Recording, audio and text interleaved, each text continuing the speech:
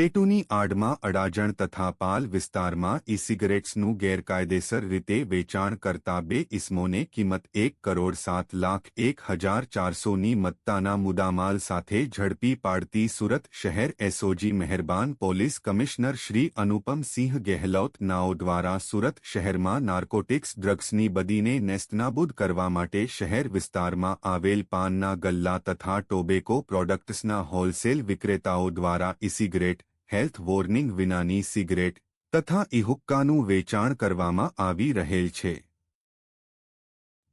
જેથી આવા રિટેલર તથા હોલસેલ વેચાણ કરતા વિક્રેતા દુકાનદારોને શોધી કાઢી તેમના વિરુદ્ધ કડકમાં કડક કાર્યવાહી કરવા સૂચના આપેલ તે અનુસાર સંયુક્ત police commissioner Shri Raghvendra Vats crime નાયબ પોલીસ કમિશનર શ્રી રાજદીપસિંહ નકુમ એસઓજીના માર્ગદર્શન મુજબ તથા police inspector SOG S Sonara નાઓની સૂચના મુજબ નીચે મુજબની કામગીરી કરવામાં આવેલ છે। ઉપરોક્ત સૂચના આધારે એસઓજીના અધિકારી પોલીસ ઇન્સ્પેક્ટર એમડી હડિયા તથા police sub inspector MD Sarvaiya નાઓની ટીમ બનાવી હેલ્થ વોર્નિંગ વિનાની સિગરેટ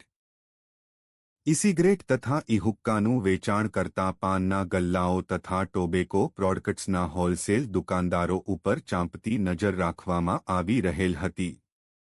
આ દરમિયાન સુરત શહેર એસઓજીના હેડ કોન્સ્ટેબલ જગશીભાઈ શાંતિભાઈ તથા પોલીસ કોન્સ્ટેબલ દેવેન્દ્રભાઈ ગંભીરભાઈ નાઓને મળેલ બાતમી આધારે સુરત અડાજણ ભૂલકા ભવન સ્કૂલની સામે આવેલ મહાન ટેરેસ કોમ્પ્લેક્ષ ફ્લેટ નંબર 904માંથી તેમજ સુરત પાલનપુર ગામ coral palace flat number B 404માં રેડ કરી આરોપી 1 મંથન રાજેશભાઈ શાહ ઉંમર વર્ષ 37 ધંધો વેપાર રહે ફ્લેટ નંબર 904 મહાન ટેરેસ કોમ્પ્લેક્ષ ભૂલકા ભવન સ્કૂલની સામે અડાજણ સુરત શહેર મૂળ રહે એલ 504 શ્રીનંદ સિટી વિભાગ 6 ન્યૂ મણિનગર રામોલ અમદાવાદ તથા આરોપી 2 જનક રમણભાઈ પટેલ ઉંમર વર્ષ 28 ધંધો વેપાર રહે flat number B 404 coral palace Palanpur Pal Surat શહેર મૂળ રહે ગામ રણછોડપુરા તાલુકા કડી જિલ્લા મહેસાણા વાળાઓને ઝડપી પાડી તેમના ઘરેથી વેચાણ સારું રાખેલ અલગ અલગ વેપ્રેસો જીરો કાલિબર્ન લૈબ ઉવિલ જેવી કંપનીની અલગ અલગ ફ્લેવર્સની ઈ-સિગારેટ અલગ અલગ કંપનીના ફ્લેવરો પોર્ડસ ઈ-સિગારેટની કોઇલ મળી કુલ ₹1,07,01,400ની મત્તાના મુદ્દામાલ સાથે ઝડપી પાડવામાં આવેલ છે। મજકૂર આરોપીઓની પૂછપરછ કરતા જણાઈ આવેલ છે કે મંથન શાહ આજથી 1.5 વર્ષ પહેલા દિલ્હી ખાતેથી કોઈ અજાણ્યા ઇસ્મ પાસેથી ઉપરોક્ત મુદ્દામાલ લાવેલ હોય, જેમાંથી પોલીસ પકડથી બચવા સારું તેમાંથી અડધો મુદ્દામાલ તેના મિત્ર જનક પટેલ નાઓને કમિશનથી વેચવા સારું તથા રાખવા સારું આપેલ હોવાની હકીકત જણાવેલ। આમ ઉપરોક્ત અલગ અલગ કંપનીની અલગ અલગ ફ્લેવર્સની ઈ-સિગારેટ અલગ અલગ કંપનીના ફ્લેવરો પોર્ડસ ઈ-સિગારેટની કોઇલ મળી કુલ્લે ₹1,07,01,400ની મતાનો મુદ્દામાલ કબજે કરી મજકૂર ઇસ્મ વિરુદ્ધમાં Adajan police station the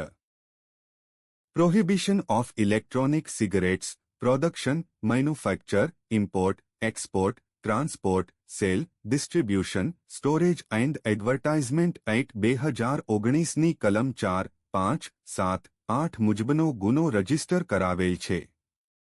Surat police commissioner માનનીય અનુપમસિંહ ગેહલોત દ્વારા વારંવાર ઈ-સિગારેટ અને તમાકુ નિયંત્રણની પ્રવૃત્તિ ઉપર સતત વોચ રાખવા માટે એસઓજીને સૂચના મળેલ છે। તે અંતર્ગત 10/6/2025ના રોજ ભૂલકા ભવન